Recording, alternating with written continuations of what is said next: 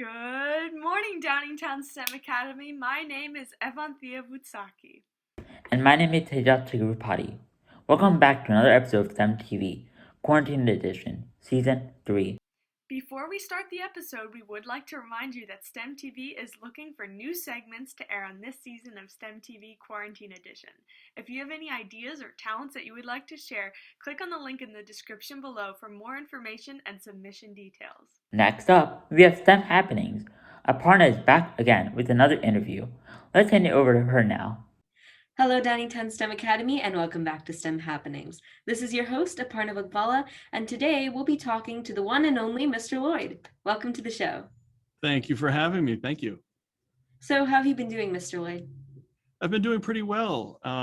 We're moving along. Things are going. I have difficulties like everybody else, faculty and students alike, but things are moving forward, so that's good. So, how are you students doing? I know that music classes have been looking very different in the hybrid setting. So, how did you and your students adjust to that? It's a big change, especially for music. And I'll give the example of chorus. We obviously cannot hold in-person chorus. It's too difficult with having to have masks on and sing. It's just not a good idea. Even the sound isn't good, and even then, when you're singing full on in a rehearsal setting, masks are sometimes not enough protection. So with choir, I have to do a lot of pre-recording and giving them practice tracks. We do rehearse on Zoom. With those backing tracks, they only go so far. So what I ask students to do on Zoom, instead of everyone unmuting, which is a bad idea, everyone stays on mute, and I play the piano next to me, and I sing along a couple of the parts. And then people that have questions can kind of unmute and say, oh, I have a question here, question there. A couple students have reached out to me outside of rehearsal, which is great. And I've done a couple of one-on-one sessions with students on Zoom to help. So that's great. And that's helped a few people, but that's what we do. And then they submit their videos to me. And from there, the process really starts. I mean, the getting the music and recording, I think that's the easy part. The part that's kind of tricky is bringing all of that together. And Aparna, being a part of the TV studio, some of the production side of getting things finished. So I have, let's say, 60 videos with audio and video that comes to me at once. I extract all of the audio and I master that, and everything is done. Then I have to take that, put it into, we use Final Cut Pro for our video. And then we have to line up all the videos together. We have one computer station in my classroom for any students that are in person. I'm starting to get the students involved that are here to help with that process. And it's great. They're getting that experience. They can then apply that knowledge to what they're doing. And then finally, at the end, after many, many, many hours, we have our product. We have the piece of choir music, and I usually put 2 or 3 together, and then I send that out to my families. Yeah, there's a lot that goes into it. It sounds like a really big process. Yeah, so it sounds a little difficult. I mean, it did take a bit of getting used to, but the choir still sounds great, and people are still learning, even in this weird setting. The funny thing is, you can really, in a live setting with choir, here's the advantage of doing this virtually. I can really master it in a way that works. So I can work on equalization, or if someone has an oops during their recording, if their voice cracks, or if a cat meows in the background, believe me, I've had it. I can take those things right out of the recordings. Like it's like it never happened. So I guess the bonus is the end product is going to be a little bit cleaner than it may or may not have been in a live setting. So we're learning a new way of producing music. Yeah, that sounds really cool. I guess it's like the one good part of this. Yeah. Yeah, the one good thing that came out in all of it. Well, moving on to our next question, what recommendations do you have for the students and teachers that are sitting around all day in virtual classes? Do you have any tips to make things a bit easier? Yes, absolutely, and yes. So first of all, make sure you make time for yourself to get up and walk around. I've wandered around the school building a few times. Like sometimes during the start of one of my planning periods, I will I'll stop everything, and I'll, sometimes, those of you that have an Apple Watch or a Fitbit or whatever, sometimes it yells at you and says, "Hey, it's time to move." I kind of do that for myself and say, "Hey, it's time to, go take a quick walk down the hallway and come back." Um, Otherwise, I would be stuck in the same chair, looking at screens for the entire day, and that can be really difficult, really tricky. Um, and then after school, I make a huge effort to go home and absolutely no screens for a while. I take my dog for a walk and try to do something outside if possible. So my recommendation is find something a little bit active for yourself, for the students. And then also the other thing is, I mean, for students, you've been working all day on schoolwork, all day. Give yourself a little bit of a brain break to focus on something that you like, one of your passions, one of your hobbies, and allow yourself to explore that a little bit before jumping back into homework or the class prep or whatever else you need to do. Yeah, those are some great recommendations, Mr. Lloyd. I'll definitely be keeping some of those in mind. Yeah, using that 4 minutes in between some of the classes that we have, especially if you're zooming from home, can also help too.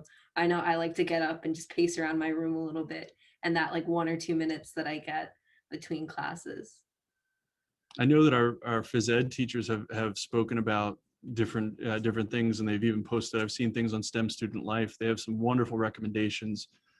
So if anyone needs more, I mean, I don't have a whole lot of specifics, but for activities, definitely reach out to them. Well, all right. I think we've talked enough about school. Let's get to know a little bit more about you, Mr. Lloyd. Uh-oh. So starting with, what are some fun hobbies or things that you've been doing in your free time lately that you'd like to share?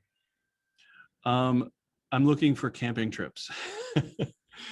So when the weather warms up, my family is a big camping family, big outdoor family. So I've made sure that all of the things are set up so that as soon as we can, we're going to hop in the camper and just go and have a weekend here or there. And the wonderful thing about camping and outdoors is you can get as secluded as you want. You can be away from people. So it's like the ultimate social distancing. Being out in the woods and doing your own thing. So um, that's me. I'm an outdoors person. I love fishing, not hunting, fishing and just anything outdoors, kayaking, biking. At the end of every year, I go for a 2-week fishing trip. I put a nice little "gone fishing" sign on my classroom door, and I'm out. Yeah, that sounds like a lot of fun. Getting outdoors is great, especially now, because just getting that fresh air can make things a million times better.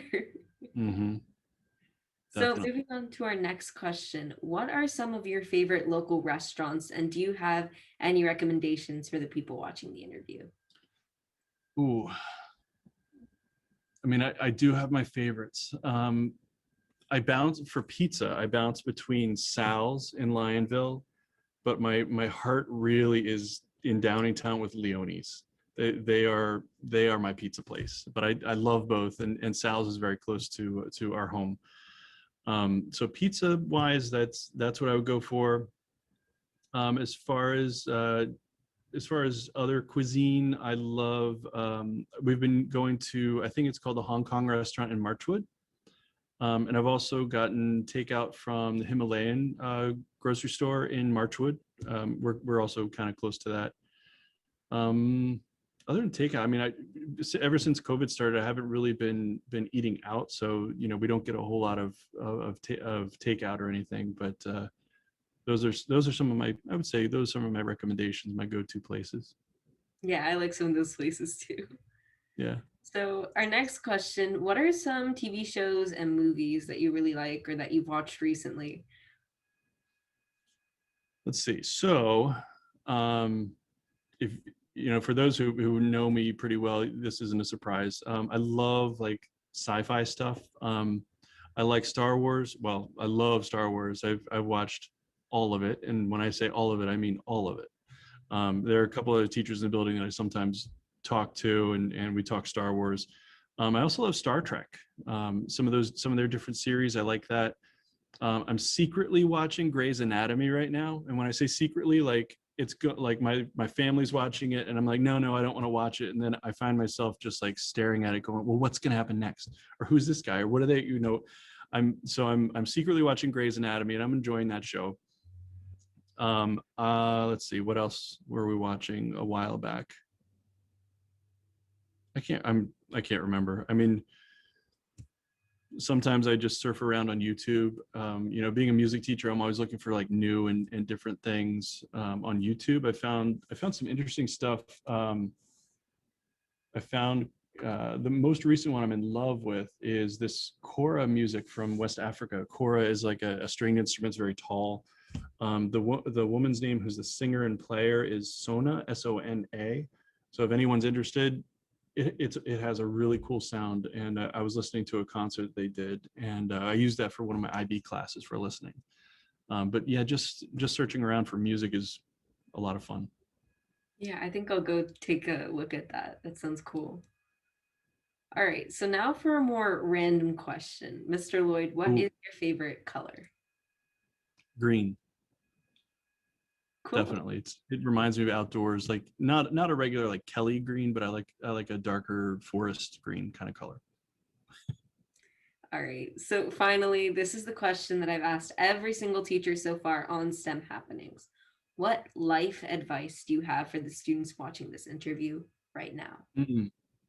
Okay, so I've given this advice to a few individuals over the years, people that sometimes feel a little stressed or overwhelmed, and I'll put this in front of it like I'm not a counselor. This is just my thoughts about this.